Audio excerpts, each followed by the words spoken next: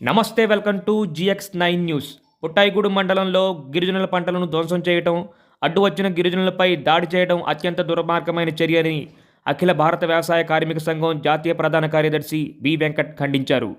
బుధవారం మండలంలోని ఇనుమూరు గ్రామంలోని ఆదివాసీ రైతులు వేసిన పంటలను పరిశీలించారు.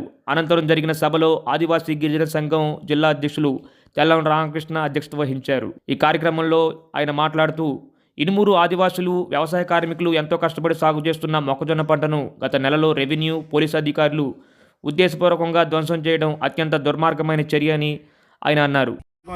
విషయం కాబట్టి చంద్రబాబు నాయుడు గారు, పవన్ కళ్యాణ్, లోకేష్, బీజేపీ ఆంధ్ర రాష్ట్రాన్ని కార్పొరేట్ల అడ్డగా మారుస్తున్నారు, గుగుల్ అడ్డగా మారుస్తున్నారు. గిరిజన చట్టాలన్నీ కూడా వాటికి వ్యతిరేకంగా ఉన్నాయనే పేరుతో చట్టాలను ఉల్లంఘించడానికి పాల్పడుతున్నారు. అందుకే ఈ పోలవరం మండలాలని పోలవరం జిల్లాలో కూడా కలపన ఒక విచిత్రకరమైన పరిస్థితి దేశంలో ఉంది. అంటే జిల్లా పేరుతో ఉన్నటువంటి ఆ జిల్లా మండలాలు కూడా దాంట్లో లేవు.